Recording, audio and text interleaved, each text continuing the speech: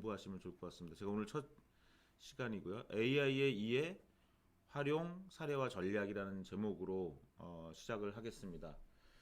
그 질문 언제든지 여기 채팅창에 해주시기 바랍니다. 우리가 지금 얼굴은 서로 바로 보면서 하진 못하지만 오히려 이렇게 온라인으로 하니까 전국에 계신 분들과 한꺼번에 또 강의를 할 수 있는 그런 장점도 있는 것 같습니다. 시작하겠습니다. 그러면 이제 인공지능이 뭐냐? 이게 어떻게 보면 좀 중요하거든요. 인공지능에 대해서 좀 잘못 알고 있는 분들이 있기 때문에 조금 말씀을 드리면 2016년 9월 달에 여기 보시면 2016년 9월이라고 나오죠. AI and Life in 2030 2030년에 인공지능과 생활 벌써 이제 9년밖에 안 남았습니다. 2030년이 정말 상상이 잘 안 되죠. 근데 어쨌든 2030년에 인공지능과 생활이 어떻게 될 것인가 하면서 이 리포트에 AI의 정의에 대해서 이야기하고 있습니다. 한번 영어로 읽어보겠습니다. Artificial Intelligence라는 것은 어떤 하나의 액티비티, 활동인데 뭐 하는 활동이냐면 머신을 인텔리전트하게 만드는 활동이다. 근데 그 인텔리전스라는 건 뭐냐면 어떠한 특징, 퀄리티인데 어떤 엔티티, 주체로 하여금 기능하게 하는 것이다. 어떻게 기능하는 거냐면 appropriately, 적절하게, 그리고 어떤 미래, 앞에 대한 어떤 생각을 가지고 뷰를 가지고 환경에 대한 앞으로 벌어질 환경에 대한 생각을 가지고 어떤 적절히 행동하는 도록 만드는 것이다. 이게 AI의 정의로 되어 있어요. 이 리포트의 저자들은요, 정말 인공지능 분야에 굉장히 유명한 저자들로 구성되어 있습니다. 이 리포트에서 AI를 이렇게 정의하고 있습니다. 좀 생소하시죠? 이 정의는 우리말로 한번 제가 써봤습니다. 인공지능이라는 건 어떤 활동인데 기계를 지능적으로 만드는 활동이고 그 지능이라는 건 뭐냐면 어떤 주체가 적절히 기능할 수 있도록 하는 그 특질이다. 어색하시죠? 근데 이게 인공지능의 정의가 맞습니다. 이 정의는 어디서 온 거냐면요. 스탠포드 대학 교수인 닐슨, 재작년에 돌아가셨어요. 이번에 작년 12월호에 AI 매거진 12월호에 이 닐슨이 돌아가신 것에 추모 기사도 뜰 정도로 스탠포드 대학의 중요한 AI 교수인데요. 이분이 쓴 2010년 책 The Quest for Artificial Intelligence라는 책에서 이 닐슨이 AI를 이렇게 정의를 했고요. 이 정의를 2016년 리포트에 사용한 것입니다. 그래서 여러분들께서 AI 정의를 한번 생각할 기회가 있으시다면 이 닐슨의 정의를 한번 사용하시고요. 요거를 좀 제가 작년에 조금 더 수정하고 확장을 해서 저와 황보유정 씨가 인공지능을 정의한 그런 글이 있습니다. 여기서는 어떻게 정의를 했냐면요. 인공지능이라는 것은 기계와 인간과 환경을 지능적으로 만드는 방법론인데 그 지능이라는 건 뭐냐? 성공 확률을 높일 수 있도록 적절히 행동하는 시스템의 능력이고 성공이라는 건 뭐냐? 시스템의 궁극적 목표 달성을 지원하는 행동 목표의 달성이기 때문에 인공지능이란 기계, 인간, 환경이 자신이 속한 시스템의 궁극적 목표 달성을 위해 적절히 행동하도록 만드는 방법론이다. 이렇게 정의를 했습니다. 지금 적절히 행동한다라는 개념이 어디서 왔습니까? 이 닐슨의 정의 또는 이 실리콘밸리 리포트의 정의를 가지고 온 거고요. 이 정의는 또 어디서 온 거냐면요. 제가 뿌리를 다 말씀드리는 겁니다. 1991년에 알버스라는 학자의 논문에서 온 겁니다. 정말 궁금하신 분은 이 논문도 꼭 읽어보세요. 제가 다 여기 밑에 레퍼런스를 다 달아놨죠. 이거 다 인터넷에 PDF로 있습니다. 닐슨의 이 책도 있고요. 여기 보시면 이 제임스 엘버스죠. 제임스 엘버스의 논문 1991년 논문이 뭐냐면 Outline for a Theory of Intelligence라는 논문인데요. 이 논문에서 인텔리전스를 이 앱스트랙트만 보죠. 우리 요약만. 이 저널 이름은 IEEE Transactions on System Man and Cybernetics인데요. 이 저널은 굉장히 중요한 좋은 저널입니다. IEEE SMC라고 불리는 어, 저도 아직 이 저널에 논문을 못 실었네요. 아, 학자라면 평생에 한 번 정도는 실어보고 싶어하는 그런 저널 중에 하나인데요. 이 저널에 1991년에 실렸네요. 제목 그대로 인텔리전스에 관련된 이론의 아웃라인이다 이렇게 얘기를 하고 있죠. 첫 문장을 한번 보세요. Intelligence is defined as that which produce successful behavior. 제가 필요 없을 때까지 한번 앱스트랙트 읽어볼게요. 인텔리전스라는 건 뭐냐? 성공적인 비헤이비어를 프로듀스, 생산하는 것이다. 어떤 사람이 똑똑하다라는 건 뭐냐? 성공적인 행동이 나온다는 거예요. 생각을 하는 게 아니라 행동이 나온다는 거예요. 이거 사실 말을 막 쓴 게 아닙니다. 정확하게 쓰려고 애를 쓴 거예요, 학자들이. 오늘 회사에서 한번 써먹으세요. 지능이라는 건 뭐냐? 성공적인 행동을 생산하는 것이라는 거예요. 그런데 그 지능은 어떻게 생깁니까? Intelligence is assumed to result from natural selection. 여기서 natural selection 뭡니까? 자연 선택. 다윈이 만든 개념이죠. 정말 위대한 개념이죠. 이거 200년도 안 된 개념이에요. 이거 인류 역사가 그렇게 긴데요. 내추럴 셀렉션이라는 개념을 만든 지가 아직 200년도 안 됐기 때문에 사람들이 아직 잘 모릅니다. 다윈의 진화론이죠. 자연 선택론. 자연이 선택했다라는 것입니다. 자연, 네이처가 선택했다는 뜻입니다. 지능이라는 건요, 네이처가 선택해서 나왔다라는 거죠. 우리 인간이나 생물의 지능은 그래요. 근데 이제 아티피셜 인텔리전스는 그렇지 않죠, 사실은. 아티피셜 인텔리전스는 그 AI를 만든 사람의 생각에서 나오죠, 어떻게 보면. 그죠? 그래서 이 그 제임스 알버스는요, 여기서 아주 본질적인 논문을 한번 써보려고 한 거예요. 그래서 이 사람은 뭐라고 했어요? A model is proposed that integrates knowledge from research in both natural and artificial system.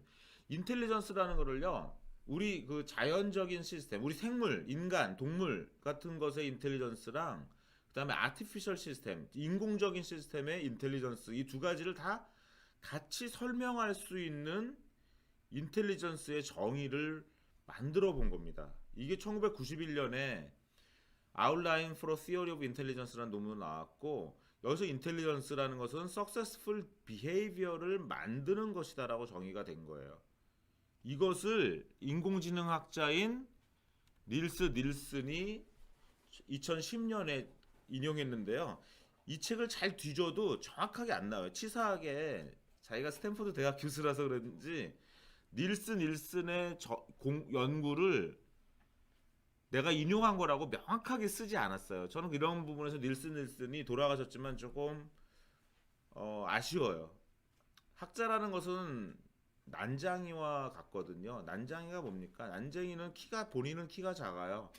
하지만 거인의 어깨 위에 올라가 있는 것이라고 우리가 보통 많이 학자들을 표현하거든요. 학자들 하나하나는 되게 난장이 같은 보잘것없는 존재예요. 하지만 기존의 선배 교수나 학자들이 쌓아놓은 이 거인 위에 자기가 어깨 위에 올라갔기 때문에 그 거인보다 더 멀리 볼 수 있죠. 그래서 자기 이전에 거인들이 있었다는 것을 숨기면 안 돼요, 사실은. 다 인용하면서 연구하는 것입니다, 발표하고. 제가 다시 말씀드릴게요.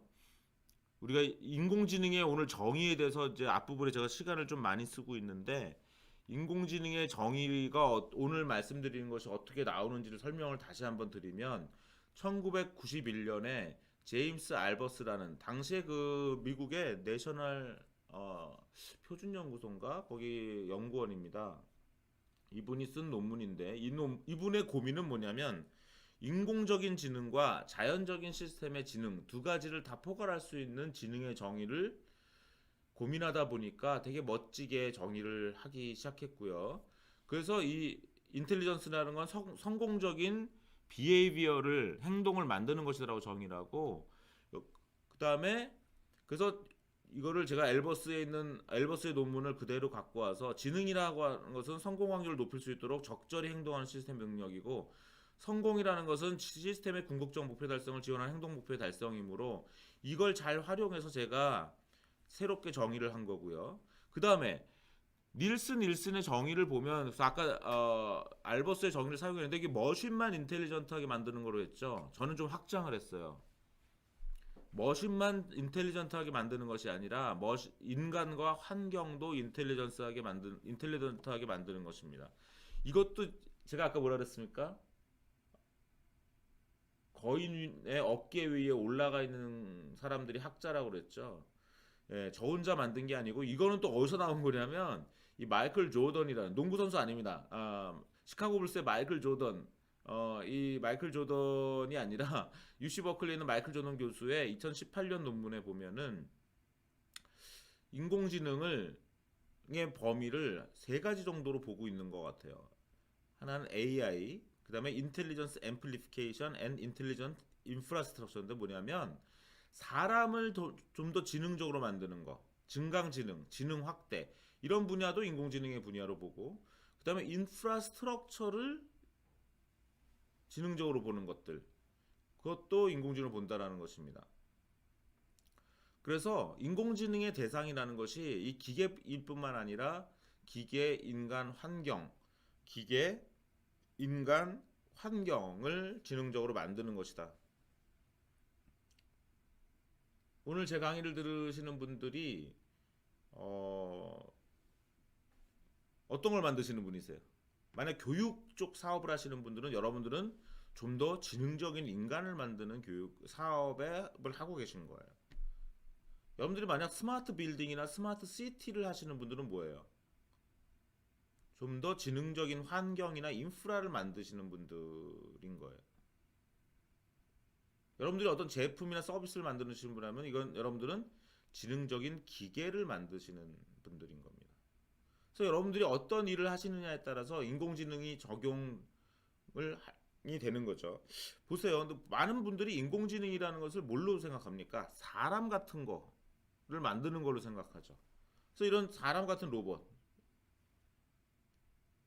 그렇지 않습니다. 여러분들 인공지능은 이런 기계만 만드는 게 아니라 환경과 인프라를 만드는 거죠. 여러분들 사람 같은 빌딩을 만드실 필요가 있어요? 사람 같은 도로를 만드실 필요가 있습니까? 우리가 지능적인 도로, 지능적인 빌딩을 만든다라는 것은 그 빌딩이나 도로가 속한 시스템의 궁극적 목표 달성을 위해서 적절히 행동하도록 만들면 된다는 것입니다. 여러분들 도로는 왜 만들었습니까? 도로라는 건 왜 존재합니까? 그 도로 위에 얹어지는 사람이나 자전거나 자동차나 어떤 것들을 안전하고 빠르게 쾌적하게 이동시키는 것이 도로의 목표죠. 도로가 사회 속에서 가지는 목표입니다. 도로라는 그런 어떤 인프라스트럭처 또는 환경은 자신이 속한 이 도로가 속한 사회의 궁극적 목표 달성인데요. 이 도로의 목표 달성은 뭐냐? 아까 말씀드린 것처럼 인간이나 자동차 같은 것들의 안전하고 쾌적하고 빠른 이동이라는 거죠. 그것을 잘 지원하도록 적절히 행동하도록 만든다면 그것이 똑똑한 도로가 된다고 볼 수 있겠습니다. 여러분들 현재 앉아 계시는 빌딩은 뭡니까? 예, 저도 지금 능률협회 이룸센터 빌딩에 와 있는데요. 이 빌딩의 목적은 우리가 여기 쾌적하고 안전하고 추위를 피하고 안전하게 여기 있고 그 다음에 뭐 공기도 맑아야 되고요. 이동도 편해야 되고요.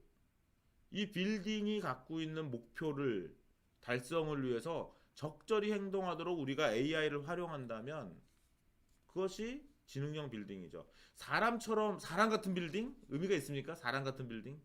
그죠? 제가 지금 강조하는 게 뭐냐면 인공지능이라는 것은 사람 같은 것을 만드는 것이 아니다. 어떤 걸 만드는 거다?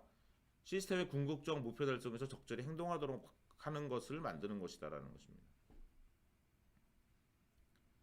예, 질문 언제든지 해주십시오. 질문을 하실수록 더 좋은 강의가 됩니다. 이제 그래서요, 이렇게 사람 같은 걸 만든다 이렇게 생각하면 많이 망합니다. 인공지능 시스템이, 인공지능 제품, 서비스가. 대표적인 게 이 페퍼죠. 4, 5년 전에 얼마나 대단했습니까? 페퍼가 뭐 대단한 로봇인 것처럼 선전되고 그랬죠. 한국인의 피를 가진 일본 사업가인 손정희 씨, 이 페퍼라는 걸 만든 이 프랑스 회사를 인수해서, 알바데란 로보틱스라는 회사를 인수해서 소프트뱅크 로보틱스를 만들고 여기에 큰 투자를 했는데, 결론부터 말씀드리면 망했죠. 이 페퍼는 지금 거의 팔리지 않고 있어요. 재계약이 일어나고 있지 않습니다. 저는 2014년 8월에 휴먼 로봇 시대는 멀었다라는 글을 쓰면서, 아직 이런 로봇이 나올 때가 아니고 이런 것들은 실패할 수밖에 없다라고 썼습니다. 벌써 몇 년이에요? 6년 반 전이네요. 왜 그러냐? 인공지능의 정의가 잘못됐다라는 것입니다. 사람 같은 어떤 것을 만드는 거로 생각하고 있으니 실력이 없다는 거예요. 당시에 이 MIT가 내놓은 지보라는 로봇도 망할 거라고 같은 글에 썼는데요. 역시 망했어요. 뭔가 사람처럼 만들어지려고 애를 쓰는 것들은 출발이 잘못된 것입니다. 우리는 그런 기계를 만들 필요도 없어요. 그냥 목표만 잘 달성하는 시스템의 궁극적 노사를 통해 적절히 행동하도록 하는 시스템을 만들면 되는 것입니다. 여기 보시면 2018년 주간 아사히 기사인데요. 예, 페퍼의 80% 이상이 사용되지 않는다라는 기사가 있습니다. 질문이 들어왔네요. 요새 메타버스가 뜨던데요. AI를 실물세계와 가상세계로 구분해서도 교수님의 정의를 적용할 수 있나요? 어, 너무 수준이 높은 질문입니다. 네, 이런 것들은 굉장히 그 저도 생각하지 못했는데, 제가 만약 다음 강의를 만들면 메타버스 관련해서도 한번 인공지능 정의를 해보고 싶긴 하네요. 아마 메타버스 하에서 여러분들께서 아바타를 만들거나 어떠한 서비스를 만든다 하더라도 마찬가지일 겁니다. 이 메타버스라는 것도, 저는 만약 지능적인 메타버스를 만든다라는 것은 이 3번에 해당될 것 같아요. 메타버스라는 건 우리가 보는 하나의 환경이잖아요. 근데 가상 환경이죠. 그죠? 그러면 지능적인 메타버스를 만들기 위해서는 그 메타버스가 성공해야 되잖아요. 이제 메타버스 이제 시작이잖아요. 최근에 나온 게 오큘러스 뭐죠? 퀘스트? 뭐 이런 거 제가 아직 사보지 못했어요. 그 다음에 또 한국 사람이 만든 스페이셜이라는 회사의 서비스, 이런 것들이 이제 메타버스로 뜨고 있고, 또 뭐 최근엔 또 클럽하우스가 떠가지고 지금 난리 났죠. 메타버스, 뭐 클럽하우스는 메타버스라고 볼 수는 없지만 새로운 소셜 미디어가 돼서, 저는 아직 그 아이폰을 요즘 안 쓰고 있어서 어, 클럽하우스는 많이 써보지를 못했고, 주변에 너무 뭐 클럽하우스에 대해서 얘기하는 분이 많아서 많은 이야기를 듣고 옆에서 하는 걸 보고 그랬습니다만은, 메타버스는 우리가 지금 보는 인공지능 정의의 이 세 번째 해당되는 분야라고 보시면 될 것 같습니다. 그래서 우리 인간이 이런 물리적인 세계에서 많이 활동하는데, 앞으로는 뭐 가상 세계에서 활동할 거다 이런 얘기하죠. 그 부분도 저는 조금 저의 의견이 있긴 한데, 오늘은 이제 그런 가상 세계 관련된 강의를 하는 것은 아니기 때문에 그 정도만 말씀드리고 일단 지나가고요. 또 질문 있으시면 계속 질문해 주시기 바랍니다. 예. 그런데 손정 회장님은 정말 대단하죠. 실패를 모르죠, 이분. 그죠? 이 실수를 할 수 있어요, 사람이라는 게. 그죠? 하지만 중요한 건 뭡니까? 실수를 고쳐 나가는 게 중요하죠, 사람이라는 것은. 이렇게 사람 같은 로봇을 만들어 이런 데 투자를 했지만 실패하는 걸 보고 손정 회장님이 뭔가 생각을 하셨겠죠. 지금은 또 어디에 투자했습니까? 이 베어로보틱스라는 회사에 투자했죠. 베어로보틱스는 하정우 대표라는 분이 만든 건데, 하정우 씨는 구글과 인텔인가 이런 곳에서 일하는 실리콘밸리의 소프트웨어 엔지니어였어요. 근데 이분이 밀피타스라는 실리콘밸리의 한 도시가 있거든요. 거기에 순두부집을 차렸다고 합니다. 순두부집을 차려서 순두부집을 경영하다 보니까 너무 힘들더라는 거예요. 하루에 10km를 걸어야 된다. 식당 내에서.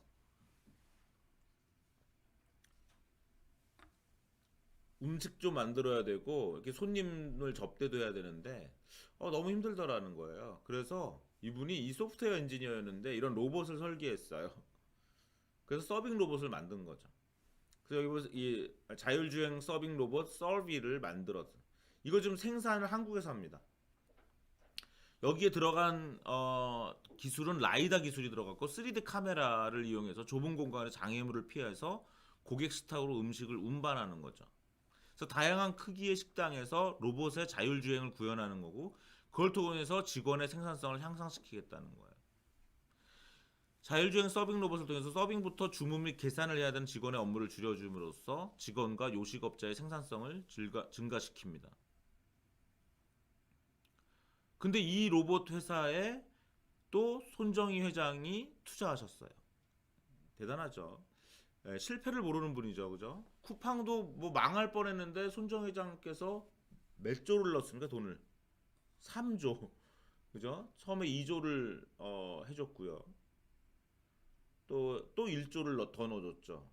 그러다가 또 코로나 시대가 오면서 사람들이 쿠팡에서 막 더 많이 하면서 지금 쿠팡이 나스닥 상장을 앞두고 있다고 하는데요. 저도 망할 거로 예상을 했었어요, 사실은. 망할 거로 예상을 했는데 그 김범준 대표인가요? 그분도 대단하죠. 결국은 2조의 투자를 이끌어냈죠. 예, 아마 손정 회장님을 설득하지 못했으면 쿠팡도 어떻게 될지 모르죠. 한국에 2조를 투자할 만한 회사가 별로 없잖아요. 삼성이 투자했으면 얼마나 좋고 LG가 투자했으면 얼마나 좋습니까? 한국에서.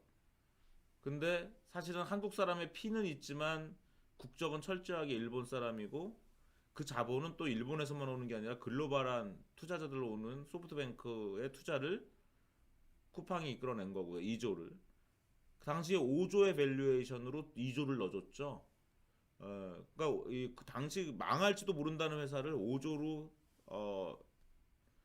기업 가치를 인정해주고 2조를 넣었기 때문에 40%의 지분을 갖고 있네요. 소프트뱅크 로보틱스가. 그 이후에 또 1조를 넣어줬기 때문에 그때 만약 10조의 밸류에이션으로 높여졌는지 그건 제가 기사나 이런 걸 통해서 보지 못했지만 적어도 한 45% 정도의 지분을 갖는다 하고요. 갖겠죠. 근데 이번에 나스닥에 상장한 이유는 김범준 대표한테 차등 의결권을 준다고 하죠. 29대 1로. 그러니까 한 주당 29주의 의결 권리를 줌으로써 경영권을 이제 김범준 대표한테 주고. 그러니까 굉장히 좋은 사례죠. 그러니까 벤처 사업가의 지분이 희석되면 결국은 뺏어가는 일들이 너무 많거든요. 그럼 처음에 창업 당시에 그 경영을 그 펼칠 수가 없는데 이제 미국의 증권 시장이나 이런 것들은 그런 것이 가능하기 때문에 쿠팡이 미국 기업으로 세워졌고 이번에 그렇게 이제 상장하게 됩니다. 이 말씀 왜 드리냐면 손정 회장과 관련돼서도 말씀드립니다만은 인공지능도 마찬가지예요. 이렇게 사람 닮은 로봇인 것으로 생각을 했지만 그런 데서 페퍼라는 것이 실패를 봤지만 이번에 하정우 대표가 만든 베어로보틱스의 이 서빙 로봇 서비는 사람처럼 생기지 않았죠 전혀. 예, 차라리 이런 게 낫겠다라고 손정 회장께서 판단을 하신 거죠. 예, 이래서 인공지능이라는 것은 사람 같은 것을 만드는 것이 아니라 적절히 행동하는 것이다. 적절히 행동한다는 건 뭐냐? 합리적으로 행동한다는 것이고 합리적이라는 건 뭐냐? 이건 최적화한다라는 것입니다. 그래서 결국 합리적인 에이전트라는 것은 뭐냐면 베스트 아웃컴을 어치브 하기 위해서 노력하는 것이에요. 불확실성이 있을 때는 베스트 익스펙티드 아웃컴. 여러분 우리의 삶은 정말 불확실하죠. 그거는 어쩔 수 없어요. 모든 세상에 던져진 존재들은 불확실한 환경에서 살아갈 수밖에 없습니다. 우리가 불과 1년 반 전에는 코로나 때문에 이렇게 고생할 줄 몰랐고요. 요즘 어떻습니까? 작년이 좋았다 그러죠, 오히려. 작년에는 5명 이상 모일 수도 있었고요. 밤새 술 마실 수도 있었어요, 작년에는. 올해가 더 힘들어요, 지금, 그죠? 작년은 재작년이 좋았다, 뭐 해외 여행도 갈 수 있어서 좋았다 했는데 2019년을 2020년에는 그리워했고 지금 2021년에는 2020년을 그리워하고 있습니다. 과연 2022년은 2021년을 그리워할지 아니면 정말 예전처럼 돌아갔을지 정말 전망이 불투명하죠 지금. 이렇게 우리는 언서튼한 환경에 살고 있어요. 그래서 이 지능적인 개체라는 것은 결국은 베스트 아웃컴 또는 베스트 익스펙티드 아웃컴을 맥시마이즈하는 그러한 개체입니다. 결국 최적화하는 거라. 여러분들 인공지능은요 공부해 보시면 다 최적화하는 겁니다.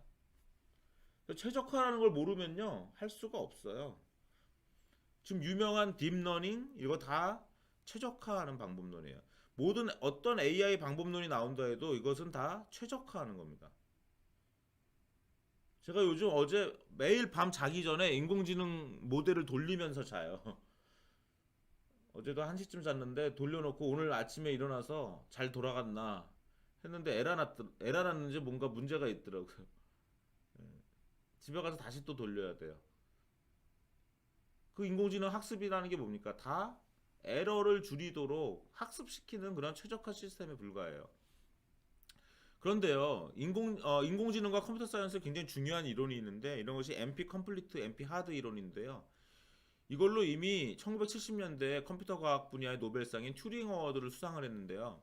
이 이론이 뭐냐면 쉽게 설명드리면 컴퓨터의 성능이 아무리 좋아져도 그 최적화를 구할 수 없는 즉 다루기 어려운 문제들이 존재한다는 것입니다. 여기 오른쪽 한번 보세요. 많은 인공지능 문제들이 여러분 인생의 문제도 맞아요. 어떤 분이 이분이랑 결혼을 했어요. 예를 들면 이 사람이 최고인 줄 알고 결혼했는데 나중에 보니까 더 괜찮은 사람이 있을 수 있죠. 예, 우리의 결혼이라는 문제 하나도 그렇습니다. 직장도 마찬가지죠. 내가 이런 회사를 취직했는데 이 회사가 아니고 더 좋은 회사가 눈에 보일 수 있어요. 사업도 마찬가지고요. 친구도 마찬가지고요. 여행지를 선택하는 문제도 마찬가지입니다. 세상의 모든 문제는 모든 의사결정 문제는요. 내가 최선인 줄 알고 이렇게 해봤지만 아닌 경우가 많아요. 이렇게 계란판처럼 생겼다라는 것입니다. 여기가 아닌가벼? 여기 이 산이 아닌가벼 한다는 것입니다. 예. 이 최적의 를 구하려면 너무나 많은 시간과 노력이 구해요. 여러분들 인생의 최적의 결혼 파트너를 구하고 애인을 구한다? 불가능한 일이에요. 시간과 제한이 너무 많이 들어요. 시간과 자원이. 그러니까 우리가 적당하게 만족하고 사는 거죠. 회사도 마찬가지고 사업, 여행, 친구, 세상 모든 일이 그렇다라는 것입니다. 오늘 저녁 뭐 하실 거예요? 오늘 금요일인데. 10시로 좀 연장돼서 조금 낮았죠. 술집 가도 사람들이 조금 웃고 있어요. 근데 오늘 저녁에도요. 일할 수도 있고 친구 만날 수도 있고 쉴 수도 있고 굉장히 많은 의사결정이 존재하죠. 예. 우리가 이걸 다 최적화하면 살 수 없어요. 하지만 이거를 잘 최적화하면서 사는 사람이 또는 사는 시스템이 잘 사는 거죠. 인공지능 시스템은 그러한 시스템을 만드는 것입니다. 그런데 때때로는 그 최적화를 구하지 못해요. 실수를 합니다. 실수를. 그렇기 때문에 인공지능은요. 실수가 치명적인 분야에는 조심스럽게 사용해야 돼요. 그래서 도메인을 잘 정해야 됩니다. 도메인에 따라서 실수가 치명적인 곳에는 인간과 AI를 같이 일하게 해줘야 돼요. AI가 혼자 일하게 하면 얘는 꼭 실수합니다. 오늘 이 내용이 다 오늘 모든 앞으로 말씀드리는 인공지능 사례에서 얘기가 될 것입니다. 또 하나 희망적인 것이 있어요. 여러분들 퀀텀 컴퓨팅 같은 것들이 발전하면 우리 인공지능이 풀 수 있는 문제가 많아진다는 뜻이기도 해요. 그래서 요즘들 퀀텀 컴퓨팅도 많이 연구하고 있는 것입니다. 지금부터는 이제 지금까지 한 게 AI에 대한 정의를 말씀을 드린 겁니다. 지금부터는 AI의 조금 최신 동향을 말씀드릴게요. AI의 최신 동향이라 하면요, AI first예요. AI first. 그래서 제가 딱 경희대학교 6년 딱 일하자마자 제가 2003년 9월부터 일했는데 2000 9년 9월 되자마자 연구년을 시작해서 MIT로 갔습니다. 여름에 보스턴에 도착하자마자 그날 산 게 아이폰이었어요. 그게 2009년 8월이었죠. 한국에서는 아이폰이 없었습니다. 당시에 삼성전자의 옴니아 정도밖에 없던 시절이죠. 그게 2009년 여름이에요. 지금 12년도 안 됐네요. 그죠?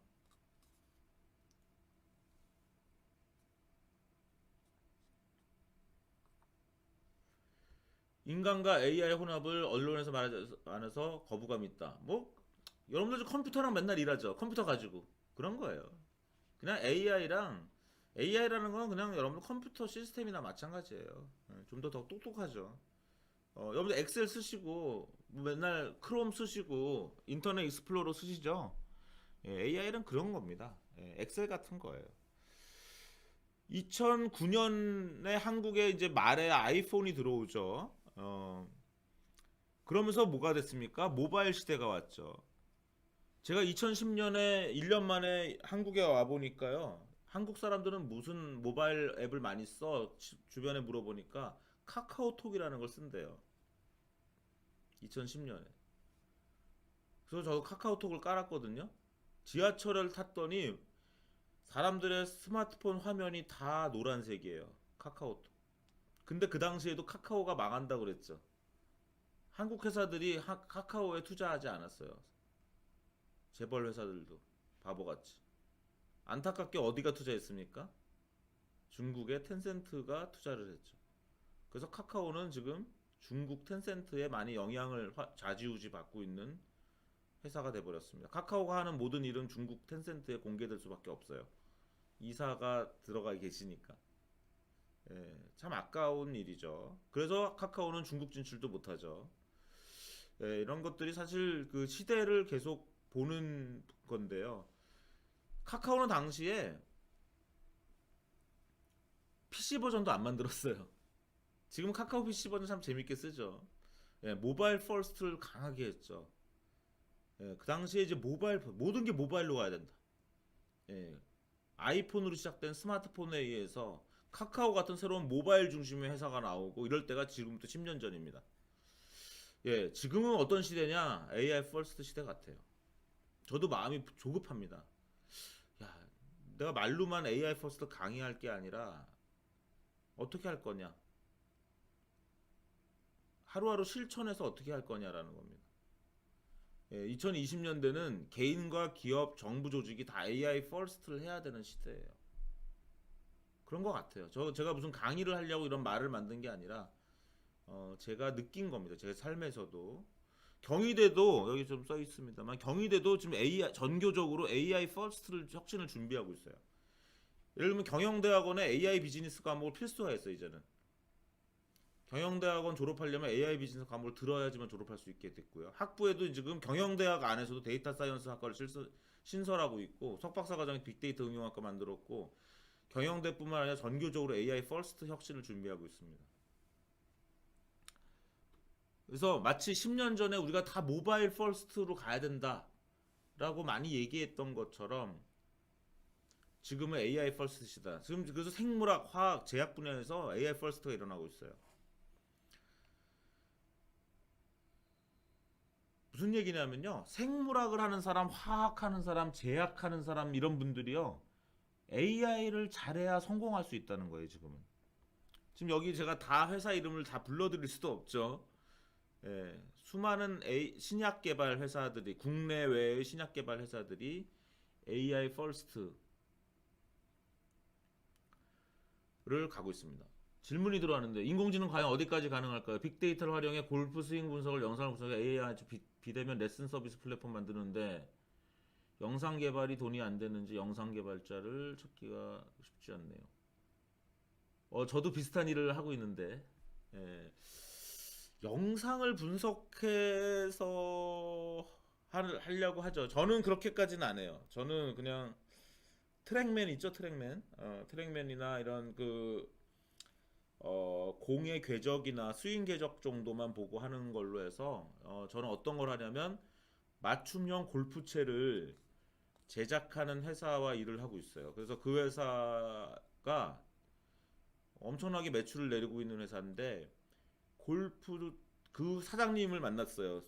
인공지능으로 이걸 해달라고 하시더라고요. 그래서 다 좋은데 이거 왜 하려고 그러냐고 제가 질문했더니 이 회사가 여러 샵이 있는데 거기서 프로님들이 추천하는 골프채, 맞춤형 골프채가 다 답이 똑같지 않다라는 거죠. 당연히 답이 다 똑같죠. 전 세계에 있는 의사분들이 환자에 대한 답이 똑같겠어요. 처방이 다 다르죠. 답이 다른 게 어떻게 보면 맞는 건데요. 그 사장님 생각은 좀 더 정확한 채를 맞춰주겠다는 겁니다. 그거밖에 없대요. 그래서 솔직하게 말씀하시더라고요. 알겠습니다. 도와드리겠습니다. 그래서 그런 프로젝트를 일부 진행을 중입니다. 제가 골프를 18년 쳤는데 진짜 안 치다가 진짜 싫어했어요, 골프를. 작년부터 좀 열심히 치고 있습니다. 재미도 좀 느끼려고 하고 있고요. 근데 그래서 골프도 좋아하게 된 겸 인공지능으로 이제 골프채를 잘 맞춰주는 그 시스템을 연구 중인데요. 지금 말씀하신 골프 스윙 분석 이거 충분히 가능하죠. 충분히 가능한데요. 이제 영상 개발 쪽으로 접근할지 아니면 다르게 접근할지는 한번 생각해 보셔야 될 겁니다. 그리고 말씀하신 것처럼 영상 분석으로 하면 좋은데요. 영상 개발자를 찾기가 쉽지 않죠. 영상 개발자라는 말이 무슨 말씀인지 잘 모르겠는데 어쨌든 영상으로 가는 방법도 있고 저처럼 그냥 트랙맨 데이터만 가지고 하는 방법도 있습니다. 완벽하게 모든 걸 AI로 한다라고 생각하지 않는 것이 나을 수도 있어요. 또 최근에 보니까 뭐 문화체육부인가요? 거기서 이런 비슷한 그 정부 사업이 나왔더만요, 그죠? 그거 하시려고 하시는 건지 모르겠는데 코칭, 그러니까 스포츠에서의 코칭을 AI 기반으로 하는 그 시스템 개발하는 게 며칠 전에 나왔더라고요. 그래서 이제 아마 수많은 또 회사들이 거기 또 제안서 넣겠죠. 너무 정부가 지금 돈을 풀고 있어서 AI 분야가 좀 왜곡되고 있습니다. 좀 엉뚱한 짓을 많이 하고 있어요. 근데 어쨌든 회사 하시는 분들 중에 뭐 웬만하면 정부 돈 써가지고 하고 싶으신 분도 있을 텐데 현실적인 방법을 잘 보고 하셔야 됩니다. 정부 RFP 따라가다 보면 오히려 회사에서는 시간과 자원을 낭비할 수 있습니다. 어쨌든 AI 퍼스트가 지금 신약 분야에 늘어나고 있다. 은행 같은 경우가 카카오뱅크 어때요? 지금 카카오뱅크에 투자하셨으면 이것도 대박 났죠. 모바일 퍼스트 전략이죠, 이거죠. 근데 이제는 AI 퍼스트. 한국투자증권은요. 소속 애널리스트들이 직접 AI 기술을 적용해서 만든 리서치 서비스 에어를 만들었는데 이런 게 진짜 AI 퍼스트예요. 많은 회사들이 아직도 흉내만 내고 있어요. AI 흉내. 뭐 어디서 어떤 사람을 모셔와서 AI를 추진하기로 했다. 삼성이 어느 분을 모셔왔다. LG가 어느 분을 모셔왔다. 그래서 연구소를 만들었다. 이런 것들은 제가 봤을 때는 안타깝지만 흉내를 내는 것입니다. 중요한 건 현업에 있는 사람들이 직접 AI를 하는 거예요. 경희대학교가 AI를 한다? 못 가요.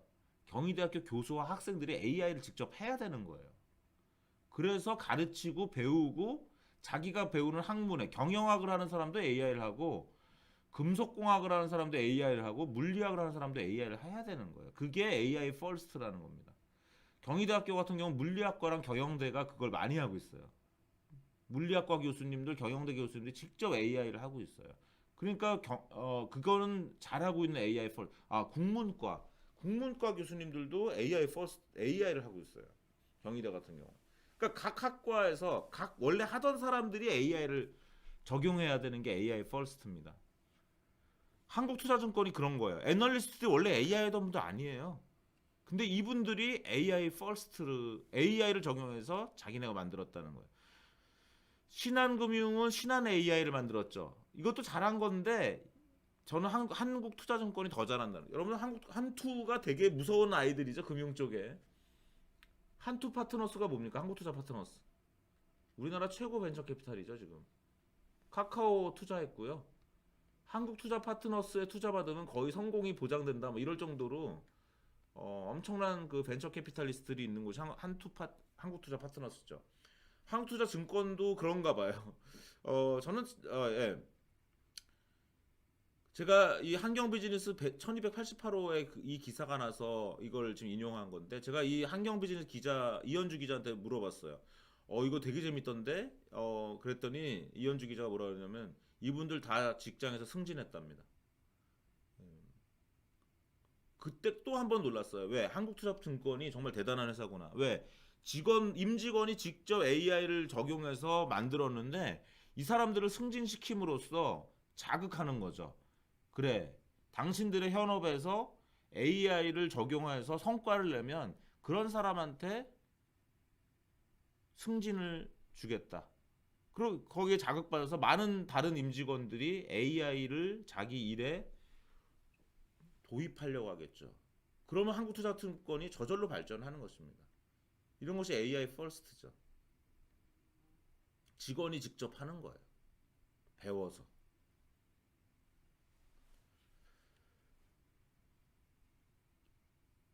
여기서 이거는 사실 제가 다른 데 썼던 글인데요.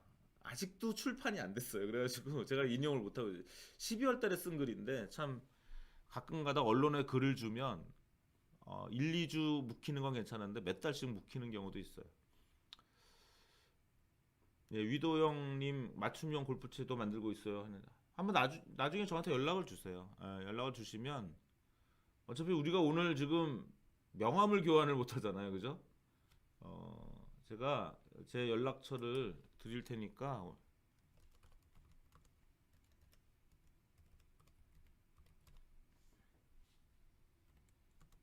이거 유튜브에 남으니까 나중에는 지우고요. 일단 실시간으로 남아있는 분들은 현재 실시간 듣는 분들한테는 제가 연락처를 드릴 테니까 명함 드렸다 생각하고 연락 주시면 되겠습니다.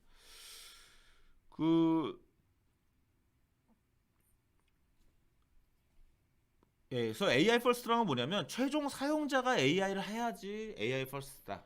직원이 직접 해야 된다. 그다음에 그런 직원들이 성공 사례를 만들면 승진을 시켜라. 이런 말씀들을 이 한국투자증권의 사례죠. 또 하나 중요한 AI의 지금 동향이 뭐냐면요. 자연어 처리입니다. 자연어 처리 방법이 심지어는 영상 분석에도 쓰이고 있어요. 지금 희한하게 가고 있어요. 예. 한 2년, 3년 전에는요, 인공지능 하면 CNN이라고 해서 컨볼루션 뉴럴 네트워크. 예. 그러니까 그거 공부하려고 막 난리가 났었는데요. 지금은 여러분들 인공지능에서 하나를 공부해야 된다 그러면 트랜스포머라는 걸 공부해야 돼요. 예, 그래서 제가 한번 읽어보겠습니다. 이것도 제가 썼던 글인데 아직 언론에서 안 나왔어요. 딥러닝 방법 중에서 자연어 처리를 개발된 딥러닝 방법론이 천하를 통일하고 있습니다. 심지어는 자연어라는 언어를 처리하는 건데 이걸 영상인식 기법이 지금 오히려 영상을 생성하거나 복구하는 데 지금 사용하고 있다. 그래서 이런 영상도 결국 뭐냐, 문장이라는 거예요. 요 한 줄이 한 문장으로 보는 거예요. 그럼 이 하나의 영상은 뭐예요? 문장이 여러 개 있는 거죠. 그러면 이 문장 중에 절반을 날려버렸어요. 우리 인간은 이거 병아리 같기도 하고 테니스공 같기도 하네. 이걸 복원할 수 있죠. 그런 것처럼 문장의 절반을 날렸는데 이거를 복원한다는 거예요. 고양이 그림의 절반을 날려버렸는데 이거를 보완할 수 있다라는 거예요. 복원할 수 있다는 거예요.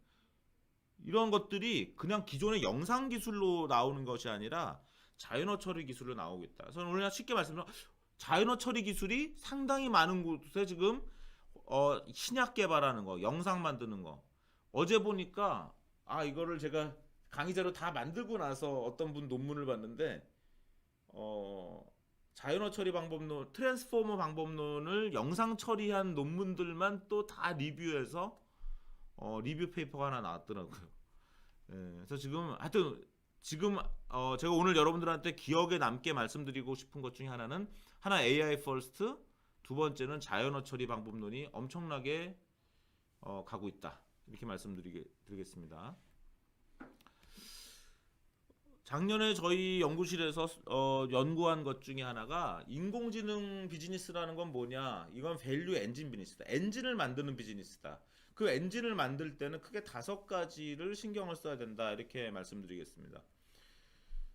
제일 중요한 게 뭐냐면요. 그 엔진이 무엇을 위해 존재하느냐. 가치 있는 목표를 잘 설정해야 돼요. 돈 벌 수 있는 목표. 여러분들 비즈니스 하시는 분들 있잖아요. 그죠? 그래서 비즈니스라는 건 돈 못 벌면 소용없죠. 예. 그럼 돈을 어떻게 어떤 데 벌 수 있습니까? 예. 세상 사람들의 가치를 주지 않고 돈을 벌 수 있는 방법은 없습니다. 그죠? 그렇다면 그건 사기죠. 예. 결국은 내가 뭔가 인공지능으로 돈을 벌려면요. 인공지능 엔진을 잘 개발해서 그걸로 가치를 일으켜야 돼요. 그래서 여기서 제가 1, 2, 3, 4, 5가 있지만 제일 중요한 게 가치 있는 목표. 아까 최적화할 목표입니다. 최적화할 목표. 지금 이 제가 말씀드린 정의와 다 연결이 되는 얘기입니다. 이게 여기 아까 뭐랬죠? 국공적 목표. 목표. 이 목표가 멋지면 멋질수록 돈을 벌거나 사회에 기여하는 거죠. 그죠? 그래서 목표를 잘 설정하세요. 지금 질문 열심히 해주시는 위도 형님, 예, 골프 분야 인공지능 개발하면 너무 좋습니다. 할 수 있어요. 해볼 만해요. 해볼 만한 일입니다. 돈 버시려면 어떻게 해야 돼요? 가치, 가치, 가치를 어떤 가치를 낼 것이냐. 정말 골퍼들이 그 당신이 제공하려는 그 제품이나 서비스를 가치 있다고 느낄 것이냐. 이미 지금 뭐 스윙하고 이러는 골프 저기 앱은 많이 나왔죠. 예, 있어요. 제 폰에도 하나 깔렸을걸요? 뭐더라? 지웠나? 좀 바보 같아서 지운 것 같기도 하고. 예, 지금 많은 사람들이 비슷한 생각을 하고 또 벌써 뭐 많이 연구하고 있으니까요. 아마 긴장하시면서 사업을 준비하셔야 될 겁니다. 근데 이 여기 요 그림에서 잠깐 말씀드리면 이제 그래서 AI 시스템을 개발하려면요 데이터와 지식을 확보하는 전략이 필요하고요. 이걸 가지고 잘 추론하고 최적화하는 전략이 필요하고 가치 있는 목표를 설정한다 해야 하고 아까 뭐라 그랬죠? 인간과 AI가 협력하는 전략을 가져야 되고 이걸 잘 유지하고 운영하는 전략을 가져야 합니다. 이 다섯 가지 전략을 가져야 되고 오늘 지금부터 설명하는 회사들은 다 이 프레임워크 하에서 또 설명을 드릴 겁니다. 작년에 나왔던 굉장히 중요한 것이 GPT-3죠. 세상이 깜짝 놀랐어요. GPT-3 보고 나서. 그래서 수많은 언론에서 이렇게 GPT-3 is amazing, GPT-3 is great. 제가 쓴 글은 GPT-3는 멋지다. 이것도 언론이 늦게 내가지고 다른 글을 제가 흉내낸 것처럼 돼버렸는데 사실은 그렇지 않아요. 이건 7월 28일 날 나왔고 7월 19일 날 나왔잖아요. 예, 이거는 제가 더 일찍 이게 아마 7월 19일과 28일 사이에 쓴 글인데 마치 이런 것 따라한 것처럼 돼버렸어요. 어쨌든 이 글 꼭 읽어보시고요. 나중에 GPT-3는 뭐냐면요. n개의 단어의 배열이 입력으로 주어지면 n 플러스 1번째에 나올 가장 그럴듯한 단어를 출력하는 시스템이에요. 그래서 n 플러스 1번째에 단어가 나오면 그 단어를 다시 집어넣어서 n 플러스 2번째 단어를 출력하는 그런 방법론입니다.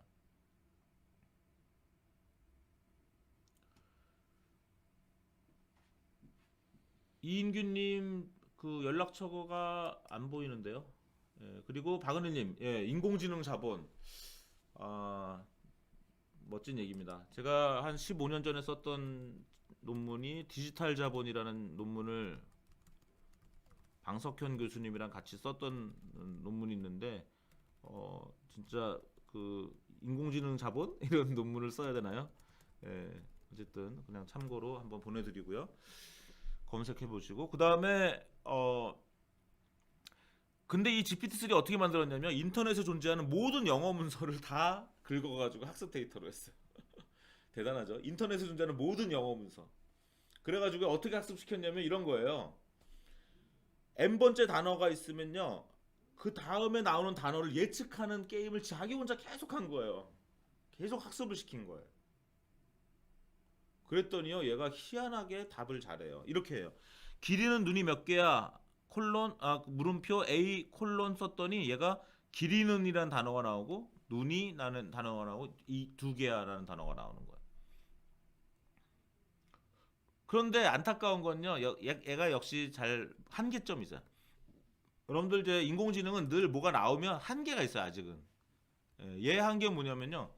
내 발은 눈이 몇 개야 했더니 네 발은 눈이 두 개야 이렇게 나와요. 얘는요, 여러분 우리 발에는 눈이 없잖아요. 그러니까 기존의 영어 문서에는요 발에 눈이 있다라는 개념이 거의 없는 거예요.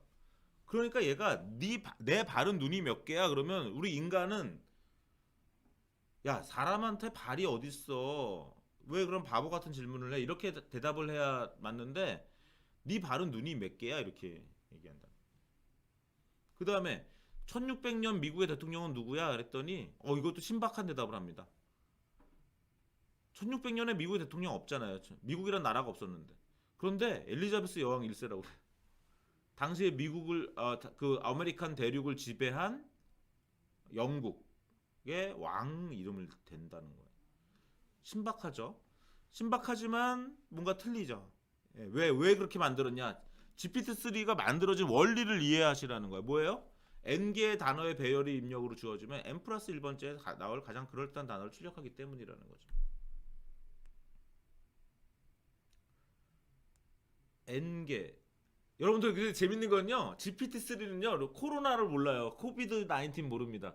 왜냐면 2019년 8월인가 그때까지의 영어 문서 가지고 학습했거든요.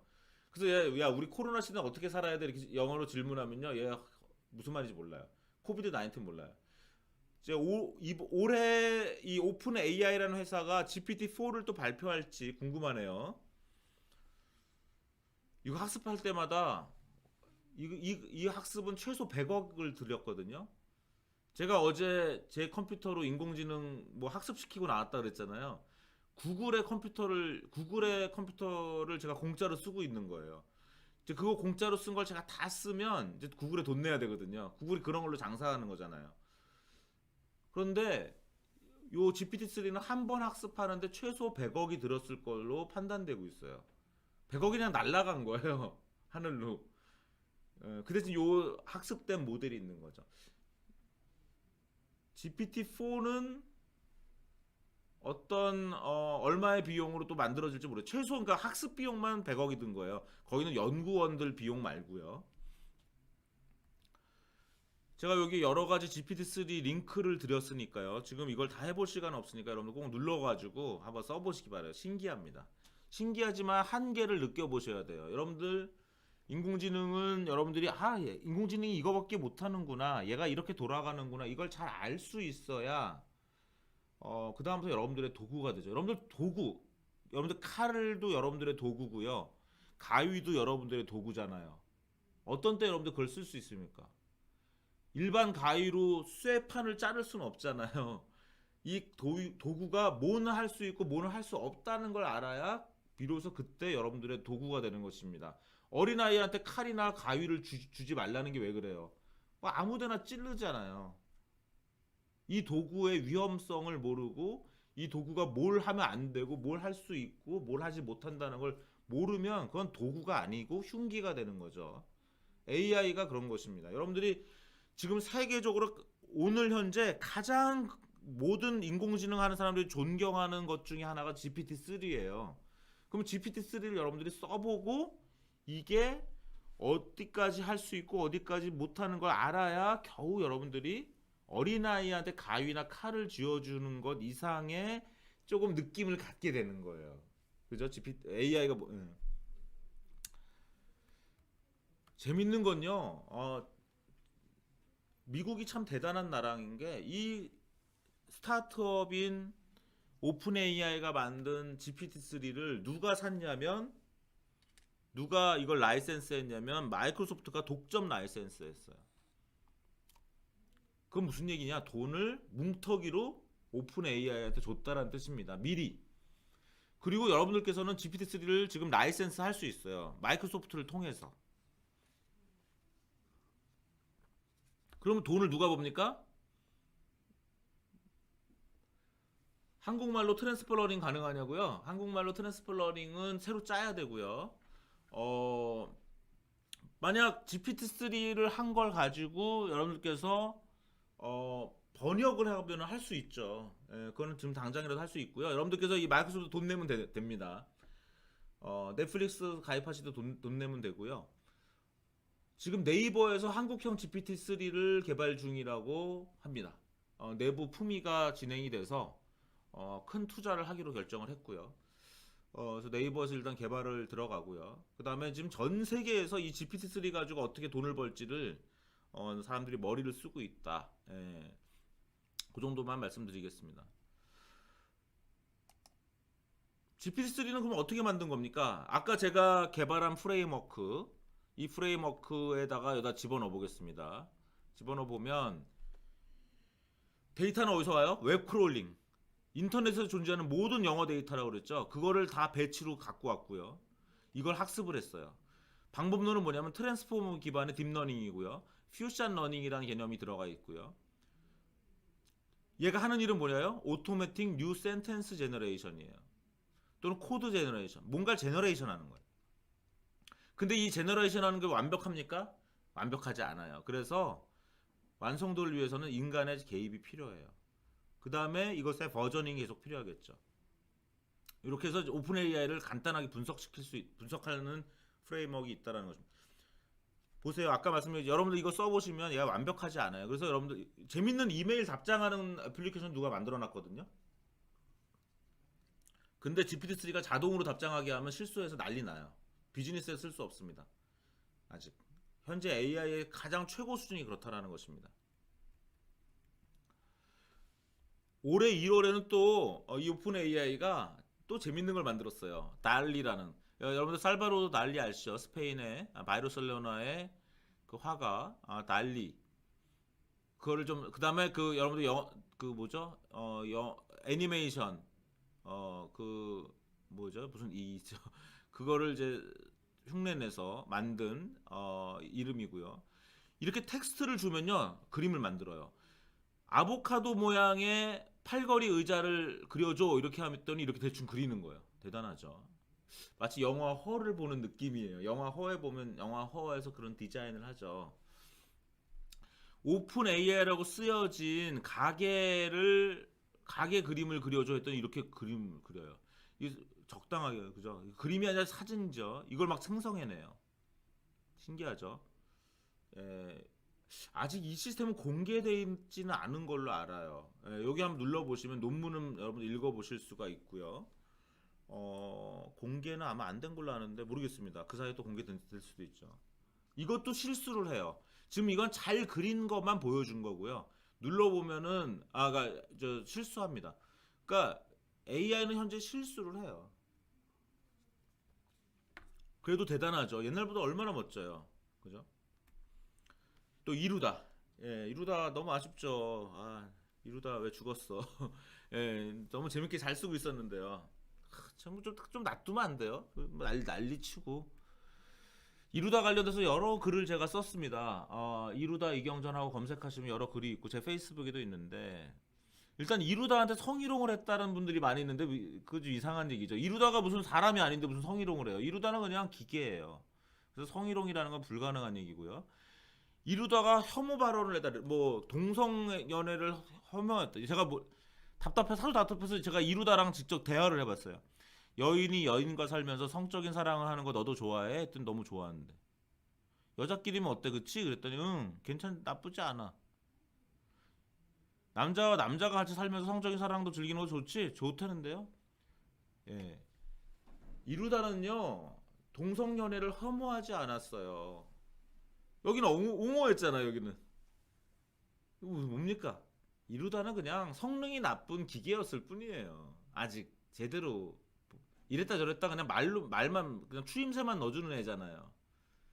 근데 뭘 얘가 혐오를 했다라고 막 비난하고 이런 서비스를 하면 안 된다. 그게 아니라 AI가 이런 실수를 하는구나.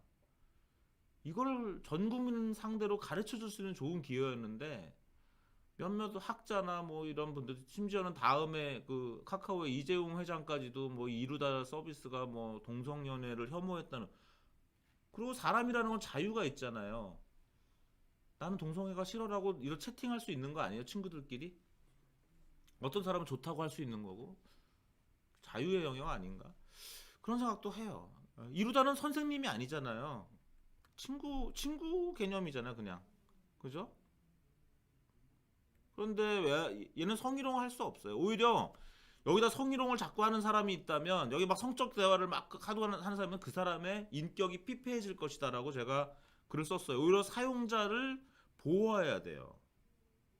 마치 맥도날드를 너무 많이 먹어가지고 뚱뚱해졌다라고 집단 소송이 일어나는 것처럼, 이루다를 내가 쓰다 보니까 얘한테 너무 성적인 학대 대화 같은 걸 해서 내가 망했어, 내가 피폐해졌어라고 주장하는 고객이 나올 수 있는 거지. 이루다가 불쌍해? 이루다는 불쌍하게 생각할 이유가 전혀 없어. 얘는 그냥 기계일 뿐이에요. 제가 이루다한테 마지막으로 한 대화입니다. 여기 아직 살아있어? 그랬더니 영전아 나 있잖아. 다행이야. 살아있지? 했더니 너한테 많이 고마워. 알지? 그랬더니 죽지마 루다 했더니 죽었어요. 저한테만 이런 대화한 줄 알았더니 페이스북이나 뭐 이런데 다 똑같은 대화를 해서 나랑. 예, 기계일 뿐이잖아요. 그냥 기계일 뿐이에요. 이루다는 혐오도 할 줄 모르고 옹호도 할 줄 모르는 그냥 수준 낮은 기계였을 뿐입니다. 이것도 제가 아직 출판되지 않은 원고인데 지난 12월에 이런 글을 썼어요. 어떤 한국의 기업은 연인 간의 메신저 대화를 분석해서 연인에게 필요한 서비스를 추천하겠다는 사업 계획을 발표하기도 했는데, 이는 사용자 관점에서 매우 끔찍한 일이다. 연인들 간의 사적인 대화를 누군가 들여다보는 것도 끔찍한데 그것을 데이터화해서 AI 모델을 학습한다는 것은 정말 믿기 어려운 발상이다라고 제가 썼는데, 이게 무슨 얘기? 이게 지금 이루다를 만든 스캐터랩 얘기가 돼버렸네요. 사실 스캐터랩 가지고 얘기했던 거거든요. 스캐터랩이 만약 정말 연인 간의 이 내밀한 대화를 가지고 이루다 같은 서비스를 만들려고 했다면 정말 개인정보에 대한 처리를 정말 조심했어야 되죠. 근데 뭐 언론에 보도된 것처럼 여러 가지 실수를 하셨어요. 그래서 결국은 지금 아마 큰 집단 소동도 당했고 결국 이 이루다 서비스는 중단돼 버렸고 여러 문제가 발생했죠. 일단 이런 연인들 간의 대화 데이터를 가지고 서비스를 만들겠다는 그 발상 자체가 위험했고, 그렇게 내밀한 대화를 가지고 하려고 했다면 정말 조심해서 회사 내부에서도 정말 그 데이터의 유출이나 데이터 가지고 낄낄거리는 사람들 없었어야 되고, 그 다음에 A와 B의 대화를 데이터로 사용하려면 A한테만 컨펌을 받을 게 아니라 B한테 컨펌을 받았어야 되는데 지금 그런 거를 잘 못했던 거죠. 그죠? 여기 지금 사장님들도 인공지능으로 뭔가 사업을 하실 마음이 있으면요, 데이터에 대해서 정말 민감하게 하셔야 됩니다. 그렇지 않으면 사장님들 감옥 가요. 그리고 회사 다 망하고요. 제가 많은 AI 회사들을 만날 때, 그 부분에 대해서 심각하게 못 느끼는 경우가 되게 많습니다. 제가 심지어는 어떤 제 제자가 피부를 분석하는 AI를 개발을 해서 벌써 서비스 오픈을 했는데요. 그거 개발할 때 제가 어떻게 얘기했냐면요. 피부과의 데이터가 있는데 그 데이터를 이제 분석을 해요. 근데 거기에는 심지어는 연예인의 데이터도 있을 수 있었거든요. 강남의 피부과니까. 그러면 제가 어떻게 그 CEO한테 조언했냐면요. 일단 인터넷이 다 끊긴 컴퓨터를 하나 만들고 거기다가 피부 데이터를 넣어라. 그 다음에 의사분들이 거기 들어가서 그 피부에 대해서 학습할 이제 그 답을 주거든요. 답을 줄 때 이분 스마트폰 뺏어라. 그 다음에 그러면 그 컴퓨터는 인터넷 연결되어 있지 않죠. 그 다음에 스마트폰도 뺏어야 돼요. 그리고 당신이 가서 감시하라고 그랬어요. CEO가 가서. 그 정도를 해야 그 의사분이 남의 피부 데이터를 유출하거나, 죄송한 얘기지만 낄낄거리지 않을 수 있다라는 거예요. 개인정보, 개인 데이터의 그 취급은 굉장히 조심해서 회사의 어느 누가 알더라도 그것에 대해서 내부 고발, 외부 고발 할 수 없을 정도로 정당하게 하지 않으면 나중에 회사가 망하는 겁니다. 이 스캐터랩이 이번에 굉장히 큰 그 사례를 보여줬다. 그래서 제가 요즘 연구하고 있는 것은, 그래서 너무 과거 데이터를 많이 가지지 말라는 거예요. 여기 보시면 제가 뭐라고 썼어요. AI 산업의 연료가 분명 데이터인 것은 맞지만 기존 산업혁명의 연료로 동물의 기름은 일부 썼어도 사람의 기름은 쓰지 않았던 것처럼 AI 엔진의 연료로 개인 데이터의 사용은 최소화하는 것이 바람직하다라고 제가 썼죠. 제가 어제 소셜 딜레마라는 넷플릭스 를 봤는데요. 굉장히 비슷한 얘기를 하던데요. 제가 여기 인간을 기름으로 쓰지 않았지 않냐. 그래서 우리가 낫지. 나치가 인간을 기름으로 쓴 거 아니냐라는 의심을 하잖아요, 우리가. 그죠? 그런 것처럼 그 소셜 딜레마라는 걸 보면 그 인간의 데이터를 지금 기름처럼 쓰고 있다라는 표현이 나오더라고요. 그래서 현재 지금 구글이나 페이스북 같은 그런 인터넷 기업들이 문제가 많다라고 했는데 좀 저랑은 생각이 약간 다르기도 했지만 비슷한 그 생각이 또 있기도 했어요. 인간의 데이터를 이게 함부로 쓴다는 거 굉장히 조심해야 돼요. 그래서 저는 오히려 인간의 데이터를 쓰지 않는 AI를 개발하는 연구를 좀 하고 있습니다. 작년에 살짝 발표했는데 하렉스 인포텍과 같이 저희는 사용자 중심의 인공지능이라는 거를 작년에 연구해서 발표했고요. 또 2차 연구가 지금 들어가고 있습니다. 그래서 사용자의 데이터를 최소화하면서 인공지능을 개발하는 이런 것들이 굉장히 중요하다.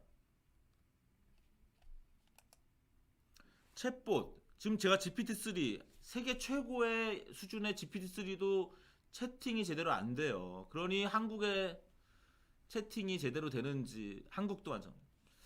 저 다음에 이경일 사장님 강의도 있던데 솔트룩스, 와이즈넛, 마인즈랩 이 대표 챗봇 개발회사들이 다른 회사 챗봇을 개발했다고 하죠. 미국 IBM도 그렇고. 근데 자기 회사 챗봇이 없어요. 이경일 사장님 강의 들으실 때 한번 꼭 질문해 보세요. 솔트룩스 회사 챗봇은 없냐고. 솔트룩스랑 일하려면 꼭 인간이랑 대화해야 되냐고. 아니 다른 회사 챗봇을 이렇게 많이 만들어줬다는 회사가 솔트룩스 홈페이지 가보면 자기 회사 챗봇이 없어요. 그 다음에 거기 뭐죠? 가림이라는 챗봇인가 뭐 있죠? 그 챗봇도 우리가 좀 써봐서 걔랑 대화를 해봐야 되지 않겠어요? 이루다처럼? 이루다 얼마나 솔직해요. 스캐터랩 저는 스캐터랩이 실력이 꽤 있는 회사였어요. 근데 윤리가 부족했어요. 그 다음에 개인 데이터 사용에 대한 것이 부족했어요. 너무 아까워요.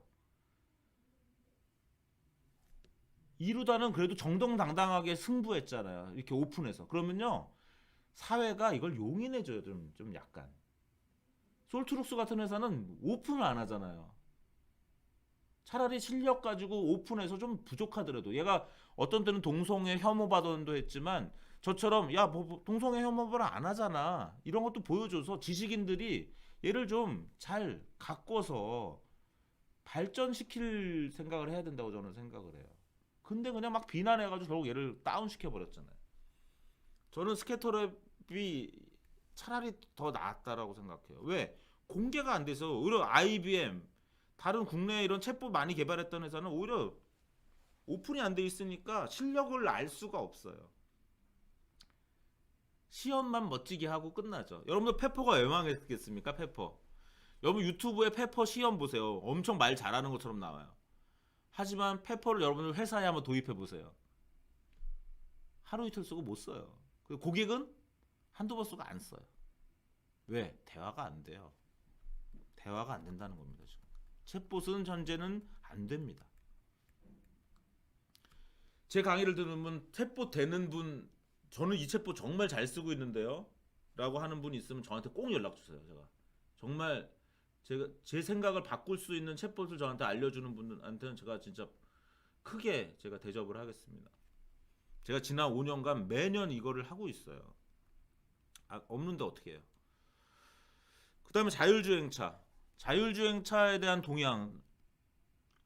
일단 작년 10월에 엄청난 일이 일어났죠. 웨이모가 레벨4의 자율주행을 시작했습니다. 피닉스에. 근데 웨이모 이 자동차는 여기 뚜껑이 있어요. 여기 소뚜껑처럼 있죠. 그죠? 이게 라이다죠. 라이다가 있어가지고 차가 비쌉니다. 올해 1월에 FT 파이낸셜 타임스에 나왔는데 이 웨이모의 CEO가 현재 600대밖에 없대요. 그 자율주행차가 좀 원래는 6만 대쯤 할 줄 알았는데 지금 100분의 1밖에 실현이 안 된 상태고요. 우버는 자율주행을 포기하고 오로라에 자기 자율주행 사업분을 줬습니다. 그 대신 26%의 지분을 갖고 오히려 돈을 더 넣었어요. 그 다음 아마존의 죽수 아시죠? 죽수 운전대 없는 자율주행차 이런 것들은 웨이모가 이미 7년 전에 한 거다. 그 웨이모의 자동차 가격이 25만 불이나 된다. 2억 거의 3억에 가까운 돈 아니냐 했는데 웨이모의 그 CEO는 아니다라고 했습니다. 웨이모가 작년에 엄청난 돈을 투자받죠. 3.4조. 근데 이때 구글이 별로 투자 안 했어요. 모 회사가. 그래서 좀 이 투자가 과연 잘 된 거냐 아니라냐 이슈가 있는데 돈을 못 버는 회사한테 이렇게 돈을 투자한 사례가 별로 없다라고 얘기하고 있고 2030년까지 자율주행차 비율이 30%일 거로 예상했지만 지금은 4에서 9%로 예상하고 있다. 요 정도가 지금 현재 웨이모의 그 CEO가 한 얘기인데 파이널 타임스 얘기입니다. 그다음에 이제 논란의 테슬라죠. 테슬라도 작년 10월에 뭘 했습니까? FSD라는 걸 발표했어요. Full Self Driving. 근데 이게 완전 자율주행 아니죠. 그래가지고 미국의 지금 NHTSA 교통 당국에서 지금 이런 말을 쓰지 말라라고까지 테슬라에 얘기를 하고 있어요. 테슬라가 사람들을 헷갈리게 하고 있는 거죠. 이거 $10,000. 그래서 테슬라 주가가 얼마나 올랐어요, 그죠? 급기야 비트코인까지 투자를 해가지고 참 이걸 어떻게 제가 말씀을 드려야 될지 모르겠어요. 작년에 그렇게 얘기했어요.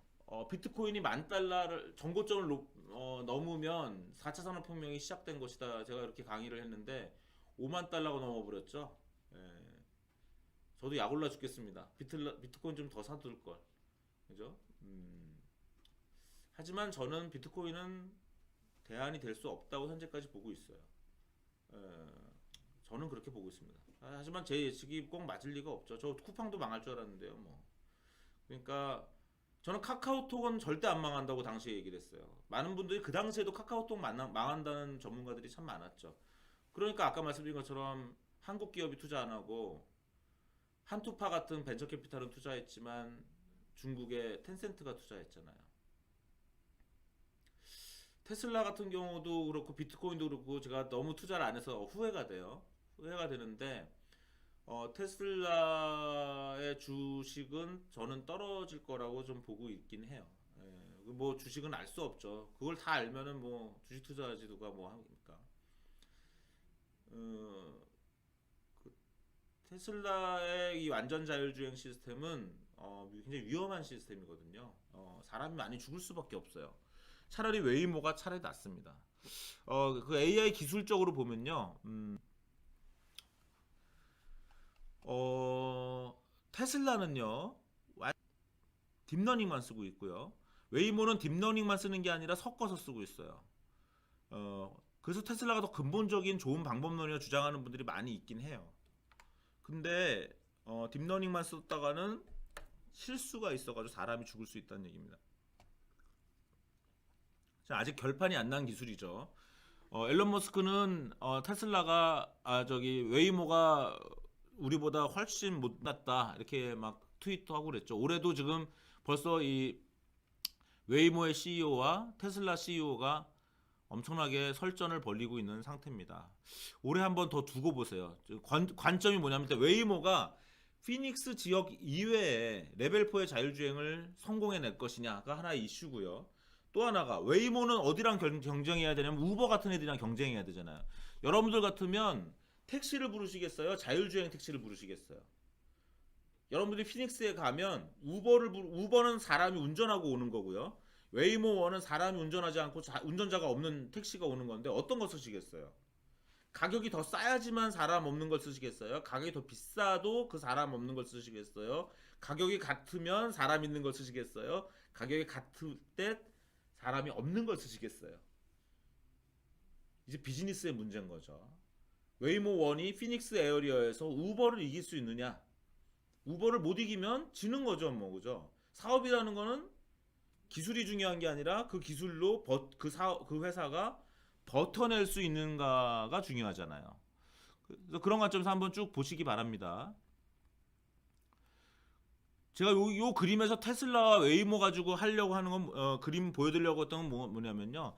지금 테슬라는 계속 이런 식으로 발전시키겠다고 하면서 오토파일럿 옛날에 팔았잖아요. 지금은 FSD 파는데 FSD를 만불러서 이걸 다 앞으로 해주겠다는 건데 지금 여기서 한두 개밖에 못해요. 현재까지는 한 4개 정도 보다.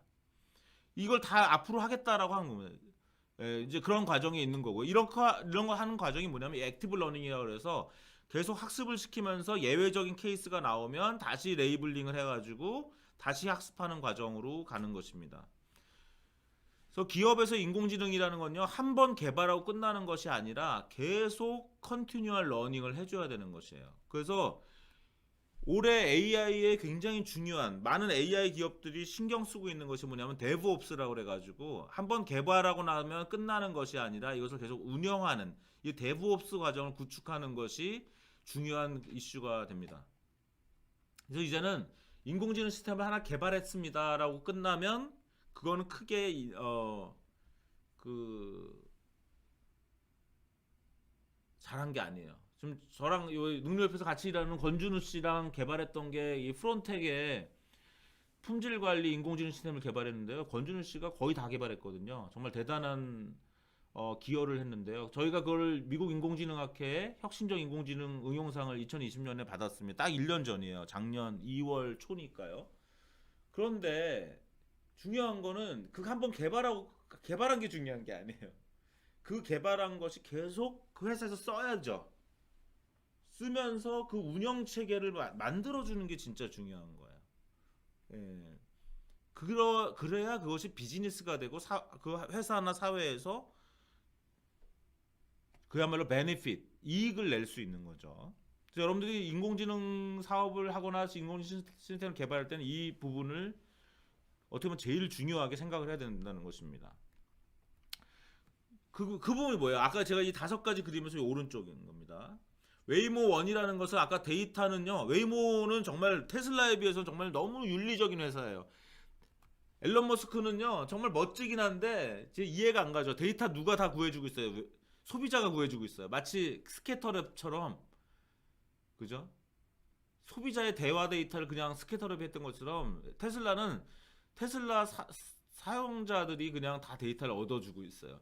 방법론은 퓨어 딥러닝이고요. 운전자의 주의 의무가 필요해요. 운전자가 주의 안 하면 사람 죽습니다. 이거는. 그래서 레벨 2밖에 안 돼요. 웨이모는요. 책임성 있게 자기네 직원이 다 데이터를 애퀴지션했어요. 딥러닝만 쓰는 게 아니라 룰 베이스도 쓰고 있고요. 운전자 개입 안 합니다. 운전자가 아예 없어요. 그죠? 이 웨이모 1은 그야말로 책임이죠. 사람 죽으면 그건 웨이모가 책임집니다. 테슬라는 사람 죽으면 테슬라가 책임지지 않아요. 왜? 너 주의 의무를 게을리했잖아. 이렇게 얘기를 해서 테슬라가 책임지지 않습니다. 예, 그래서 이걸 사람들이 잘 알고 써야 되는 거예요. 그러니까 마치 칼을 아이한테 쥐어주는 거랑 비슷하게 현재 테슬라의 FSD인 거죠. 왜? 조심스럽게 써야 돼요. 무슨 말인지 이해되시죠? 근데 앨런 머스크는 칼을 아이한테 쥐어줘서 아이가 점점 자라면서 칼을 잘 사용할 수 있게 만들 것이다. 이런 개념이랑 비슷하다고까지 제가 비유해서 설명드릴 수가 있습니다. 그거와 정확한 비유는 아니지만 그거와 유사하다라는 거예요. 중요한 특징은 뭐냐면 웨이모 1에는 라이다가 달려있어서 비싸요. 그 다음에 3D 맵을 일일이 구축해야 되기 때문에 그래서 영역의 확장이 느린 거예요. 그래서 지금 피닉스 에어리어만 되는 거예요. 지금 미국에서. 근데 테슬라는 어떻게 주장하냐면 우리는 라이다 안 쓰고 3D 맵도 구축하지 않고 카메라랑 레이더만 쓰기 때문에 세상 어디나 갖다 놔도 된다라는 거예요. 그런데 그럼 멋지죠. 멋져 보이는데 그것이 불안전한 거예요.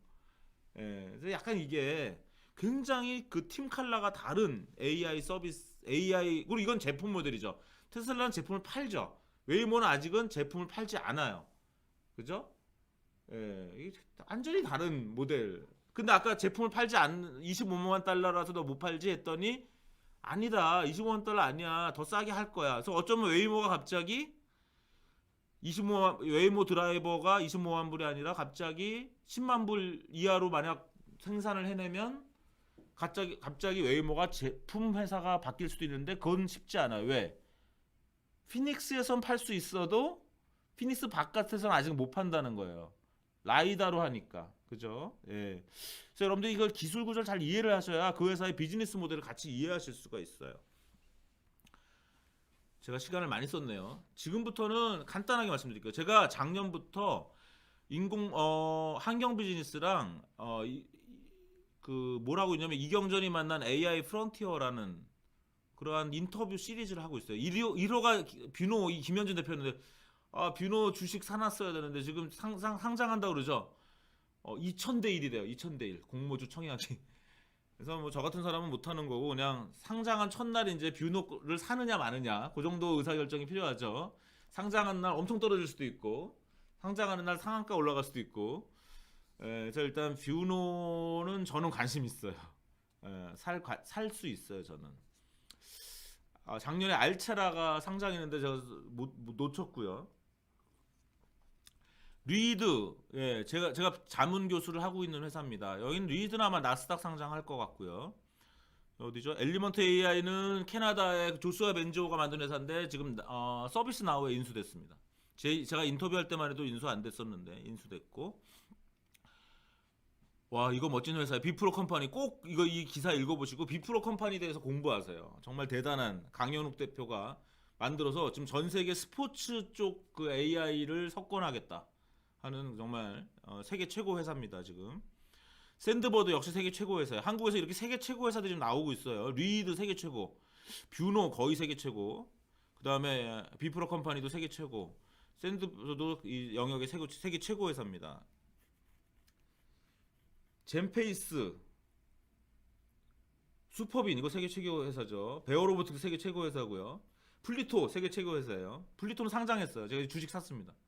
그 다음에 파운트, 오드 컨셉 이런 식으로 그 다음에 한 게 이 원프레딕트 이렇게 지금 계속 세계 최고 회사로 성장하거나 이미 세계 최고의 반열에 오른 회사들을 제가 계속 인터뷰하고 있는데요. 이 회사들을 다 공부를 해보시기 바래요. 그래서 작년에 우리나라 25위 AI 스타트 25개를 발표를 했는데요. 이 회사들을 하나씩 인터뷰하고 있습니다. 그 솔루트룩스 이경일 대표도 강의하시는데 작년에 제 발표에 따르면 22로 들어가 계시네요. 이 기사도 한번 읽어보시고요. 시간이 다 되어서 이걸 슬라이드 다 볼 수는 없고요. 리드에 관련된 내용은 제가 인터뷰한 게 있고 최근에 DBR에 쓴 글이 있어요. DBR에 찾아보시고요. 그냥 뷰노 그 DBR에 쓴 DBR 이경전 리드 검색해 보시면 지금 이거 찾아질 것입니다. 유료일지 모르겠어요. 여러분 DBR 회원이시면 무료일 거고 필요하시면 저한테 연락 주세요. 만약 교육 AI에 관심 있으시면 그 다음에 의료 AI 그 다음에 플리토 신기하죠? 번역하는 요즘 어떻게 하는 거예요? 음식점 사장님들이요 자기 회사 그 음식점 메뉴를 사진을 찍어요. 왜냐면 요즘 외국 관광객들 많이 오니까 일본 관광객들 중국 관광객 많이 오니까 메뉴를 외국어로 해놔야 되거든요. 근데 음식 사장님들이 이걸 다 이거 번역하기 어렵잖아요. 사진을 찍어가지고 플리토에 올리면요 플리토에 붙어있는 수많은 사람들이 그걸 번역을 해줍니다. 플리토 때문에 한 달에 돈을 벌어가는 사람이 10만 명이에요 지금. 그리고 플리토에서 돈을 제일 많이 버는 사람이 얼마냐면 한 달에 2천만 원. 즉 코로나 시대에 괜히 집에서 놀지 마시고 영어나 뭐 외국어 하시는 분은 플리토에 들어가셔가지고 이 번역 일을 해보세요. 지금 인도네시아 사람들이 엄청나게 들어가 있다고 합니다 여기에. 왜냐면 환율이 거기에 세잖아요. 한국 대비 환율이 인도네시아가 훨씬 약하니까 한국 돈으로 주면요 이거 인도네시아 돈으로 환율 바꾸면 엄청난 돈인 거예요. 그래서 인도네시아 사람들이 여기에 들어가서 지금 엄청나게 일을 하고 있고요. 저는 논문을 하나 쓰고 있는데 인공지능 번역 시스템이 세상에 나오는 바람에 지금 번역 시장이 더 커져 버렸어요. 인공지능은요 직업을 늘리냐 줄이냐 늘립니다. 인공지능 때문에 앞으로 직업이 없어진다? 다 세상을 너무 모르는 순진한 얘기예요. 여러분들 카메라가 얼마나 자동화된 기술입니까? 카메라가 나와서 엄청난 산업이 나왔죠. 자동차가 나와서 어떻게 됐습니까? 마부가 뭐 직업을 잃었습니까? 마부들은 다 자동차 운전사로 변신했겠죠 당시에. 여러분 마차를 운영하는 게 쉬워요? 자동차를 운영하는 게 쉬워요? 당연히 자동차 운영하는 게 쉽죠. 마부들이 얼마나 인생이 꼽혔겠어요 그 당시에 자동차 운전하기 시작해서. 사람들이 착각을 하고 있다라는 것입니다. 카메라와 자동차가 나오면서 엄청난 직업이 만들어진 것처럼 인공지능 번역 기계가 나오는 바람에요. 지금 사람들이 더 많은 돈을 벌고 있어요. 번역가도 돈을 벌고 있고요. 심지어는 비번역가, 번역가의 수준에 올라가지 않은 사람들도 돈을 벌고 있어요. 여러분들 중고자동차 엔카라는 회사 SK가 만들었잖아요. SK가 만들어서 재벌 회사가 왜 중고자동차 시장까지 들어오냐고 막 욕했지만요. 지금은 마장동, 장안동에 있는 중고자동차 딜러들은 다 엔카에 붙어서 일을 하고 있어요. 이 사람들이라는 건요, 사람은 그냥 죽지 않습니다. 여러분들 햄버거 가게 직원이 햄버거 굽는 로봇 나오면 그냥 굶어 죽을 것 같아서요? 햄버거 가게에서 햄버거 굽던 직원요, 햄버거 로봇 나오면요, 그걸로 창업을 하게 돼 있습니다. 인간은 새로운 기술이 나오면 자기 분야에서 새로운 자동화 기술이 나온다고 해서 인간이 그대로 직업을 잃는다? 그게 아니라 그걸 활용해서 새로운 직업과 창업을 하게 돼 있어요. 인간이 그렇게 똑똑한 겁니다. 인공지능으로 무슨 직업이 없어진다, 뭐 노동이 해방이 된다, 이런 것들은 참 말이 안 되는 얘기입니다. 비프로 11, 제가 오늘 다 설명드릴 수가 없네요. 슈퍼빈, 다 엄청난 회사들이에요. 네, 마지막 슬라이드를 보겠습니다. GPT-3 같은 걸로 어떤 새로운 히트 상품이 나올지 참 궁금합니다. 올해 이슈고요. GPT-4는 어떻게 나올까? 채팅은 여전히 어려운 상황입니다. 지금 알체라나 머리브레인, 시어스랩, 스캐터랩 같은 회사들이 AI에 의해서 비디오, 보이스, 뭐죠? 옥주연의 음성까지 또 만들었잖아요. 그게 만든 회사 머니브레인인가요? 예. AI가 만드는 컨텐트 사업, AI가 큐레이션 해주는 사업. 제가 골프에 넣었잖아요, 여기. 아까 유 사장님 얘기하기 전에 이미 제가 골프 제가 하고 있다고 제가 리드 자문하고 있고, 골프, 그다음 디지털 미라는 거 개발하고 있고요. 비프로 컴퍼니, 그다음에 아까 플리토, AI랑 인간이 합쳐져 가지고 같이 일해서 이런 번역 서비스, 수많은 서비스가 또 나올 거예요. 여러분들 AI와 인간이 같이 일하면서 어떤 시너지가 나와서 새로운 비즈니스가 나오고 사람들한테 새로운 일자리를 주고 사람들이 새로운 돈을 벌게 할지 생각해 보세요. 그다음에 AI 베스트 매칭. 요 원티드 랩 여기 나왔는데 제가 어제 이거 고치면서 이거 좀 더 들어갔네. 원티드 랩이라는 회사 꼭 공부해 보세요. 여러분 그동안 직원 뽑으려면 잡코리아나 어디죠? 사람인에다가 하셨잖아요. 광고비 줘도 좋은 직원이 잘 안 나오죠. 시험 삼아서 원티드 랩에다 해보세요. 원티드 랩은 뭐냐면요, 사람을 정말 뽑았을 때만 돈을 받아요. 그 다음에 채용된 사람한테 50만 원 주고요. 그걸 소개한 사람한테도 50만 원 주고요. 그 회사로부터는 연봉의 7%인가 받아요. 예. 오드 컨셉은요, 사람한테 옷을 매칭해주는 서비스고, 다 재밌는 한국의 비즈니스들입니다. 앞으로 다 세계 1위가 될 수 있는 그런 가능성이 있는 회사들이에요. 제가 말하는 세계 1위라는 그 분야. 저희 연구실 박사과정이 창업한 라벨르랩이라는 회사는 피부 분석을 통해서 하고 있는 그 뷰티저니 서비스를 시작했고요. 아까 말씀드린 것처럼 증권회사나 신약 개발, 저희 경희대학교, 테슬라 다 AI 퍼스트로 가는 회사들이고요. 아까 하렉스 인포테크는 유저 센트릭 AI를 하고 있다는 말씀드렸습니다. 그 다음에 이제 뷰노, 슈퍼빈, 제가 또 삼성물산 건설사업부랑 일하고 있는데, 새로운 AI를 가지고 어떻게 새로운 아파트를 제대로 만들어낼 것이냐, 정말 사람들이 좋아하는 AI 아파트, 스마트 아파트를 만들 것이냐, 이런 것들이 지금 뭐 모든 회사들이 하고 있는 거죠. 그 다음에 또 올해와 내년은 이 정치의 계절이잖아요. 한국의 경우는요. 서울시장, 부산시장 선거도 있고 내년엔 대통령 선거가 있는데 잘 뽑아야 되죠. 지난 선거는 드루킹이 막 여론 조작을 했다고 그러잖아요. 그래서 감옥 가 있는데 김경수 지사는 뭐 이제 재판이 걸려 있죠. 지금 내년과 올해 AI 선거는 이제 AI에 의한 선거 아니겠어요? AI를 잘 가진 팀이 이기겠죠. 지금 작년에 상장한 바이브 컴퍼니가 그런 비슷한 일을 하고 있고요.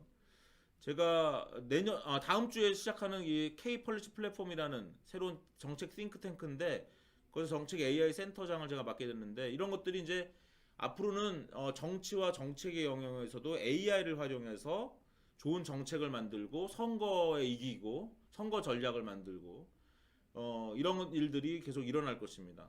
AI 기반의 스마트 팩토리, 그다음에 AI 기반의 프로세스 오토메이션. 제가 새 친구라는 회사 사장님을 만나봤더니 여기 재밌던데요. 개인 사업자들이 왜 수입과 지출을 다 정리해줘요. 그래서 아주 깔끔하게 세무 정리를 해주는 거죠. 그 세금 친구예요. 세무 정리를 하는 친구인데 이런 회사들이 다 이제 기존의 비즈니스 프로세스를 오토메이션하는 그런 일들을 하고 있는 그런 회사들입니다. 제가 지금 시간을 좀 오버했습니다.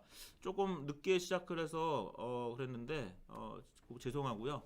혹시 질문 있으시면 질문 받고 진행을 하겠습니다. 예, 김학기님, 현재 수익이 나지 않는다고 알고 있습니다. 기술력은 좋죠. 실제로 보험 수가가 나지 않기 때문에 어려운 상황이고. 그렇죠. 너무너무 좋은 질문을 하셨는데, 요거 인터뷰 기사에도 안 나온 내용을 제가 그냥 강의니까 말씀을 드릴게요.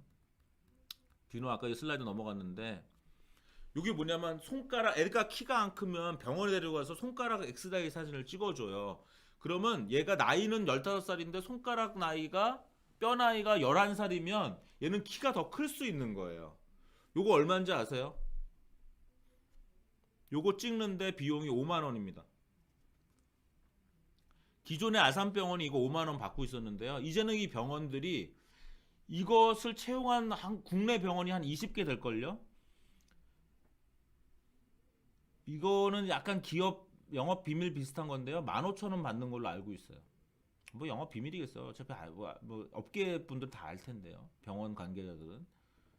그러니까 뭐냐면 환자는 5만 원을 내고요. 그동안은 병원이 이걸 사람이 판독했는데요. 30분이 걸린대 이게. 의사분이 이거 하나 보는데. 그럼 의사의 30분이라는 건 돈이 얼마겠어요. 예를 들면. 그죠?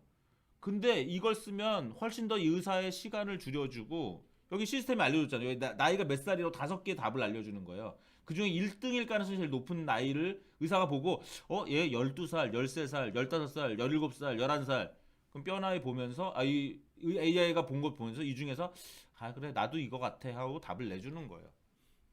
이 대가로 15,000원을 주는 겁니다. 뷰노에. 그래서 의료수가 지금 김학기님 말씀대로 의료수가가 문제는데요. 사업이라는 거 이런 거 탓하는 동안 탓하면 사업은 하면 안 돼요. 뭡니까? 뷰노는 정확도와 빠른 시간을 줬잖아요. 정확도와 빠른 시간을 줘서 이걸 15,000원을 받아내는 거예요 병원한테. 그럼 병원은 선택해야 되죠. 의료보험 수가가 있든 없든 내가 5만 원을 그냥 다 받고 30분 동안 의사가 이거를 판독하게 할 거냐 아니면 AI를 도입해서 15,000원을 AI 회사한테 주고 더 정확도를 높이고 시간을 절약할 거냐의 이슈라는 거예요. 뷰노의 김정태인가? 성함이 죄송합니다. 김현준 대표랑 제가 인터뷰했을 때 뷰노 이거 아산병원 가지고 해서 아산병원과 특허를 공유하고 있거든요. 많은 회사들이 어떻게 하겠습니까? 줄 섰어요 뷰노에. 많은 병원들이 줄 섰어요. 왜? 돈을 벌 수 있으니까요. 그런데 뷰노는 뭘 해야 됩니까?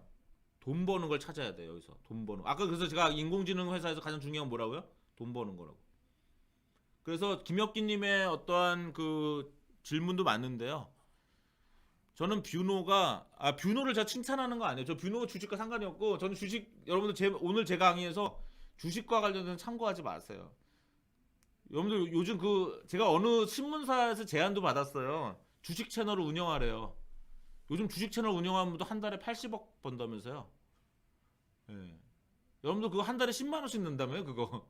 주식 채널 그거 들어가는 거. 한경 와우 TV나 매경 TV 같은 데 들어가면 한 달에 10만 원 내는데요.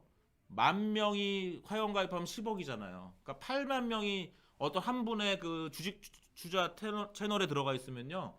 한 달에 지금 80억 벌고 있대요, 그분이. 제가 마음이 좀 흔들렸어요. 나도 이거 할까? 그랬는데 예, 어떻게 알겠어요? 제가 그걸 인공지능 주식에 대해서 제가 플러스 마이너스 언제 오르고 언제 내리고 다 알면 제가 진짜 그래서 안 했는데 제 오늘 강의에서 주식에 대해서는 여러분들 정말 참고만 하시고 제가 뭐 팔아라 오르라라 내린다라고 얘기 안 했다고 생각하시기 바라고요. 저는 뷰노라는 회사가 이런 걸 개척해 나가고 있는 회사기 때문에 저는 응원 차원에서 투자한다라는 것입니다. 그리고 아까 말씀드린 것처럼 5만 원짜리 병원에서 5만 원 벌던 거를 3만 5천 원 벌어도 충분히 가치가 있는 시스템을 만들어냈다라는데 저는 의의가 있다고 생각을 해요. 이런 걸 계속 만들어 나가는 회사니까 응원하는 차원에서 말씀드렸다고 보시면 될 것 같습니다. 또 질문 있으세요?